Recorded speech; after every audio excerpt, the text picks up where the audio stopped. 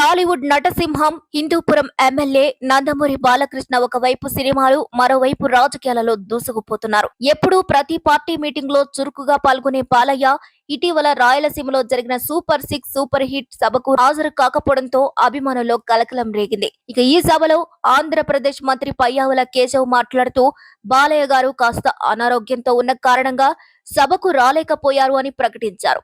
ఇక ఈ వ్యాఖ్యలతో అభిమానుల్లో ఆందోళన మొదలైంది. సోషల్ మీడియాలో బాలయ్య ఆరోగ్య పరిస్థితి ఎలా ఉంది, ఎక్కడ చికిత్స పొందుతున్నారు అంటూ ప్రశ్నలు వెల్లువెత్తుతున్నాయి. అయితే ఇప్పటి వరకు బాలయ్య నుంచి ఆయన కుటుంబ సభ్యుల నుంచి ఎటువంటి అధికారిక ప్రకటన వెలువడలేదు. ఇక సభలో నారా లోకేష్ హాజరు కాకపోవడానికి గల కారణాన్ని కూడా పయ్యావుల వివరించారు.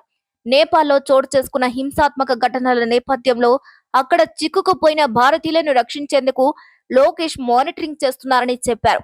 అందుకే ఆయన సభకు రాలేదని వెల్లడించారు. అయితే బాలయ్య ప్రస్తుతం రాజకీయాల్లో హిందూపురం నుంచి వరుసగా మూడోసారి ఎమ్మెల్యేగా గెలిచారు. మరోవైపు సినీ రంగంలో కూడా వరుస విజయాలతో దూసుకుపోతున్నారు.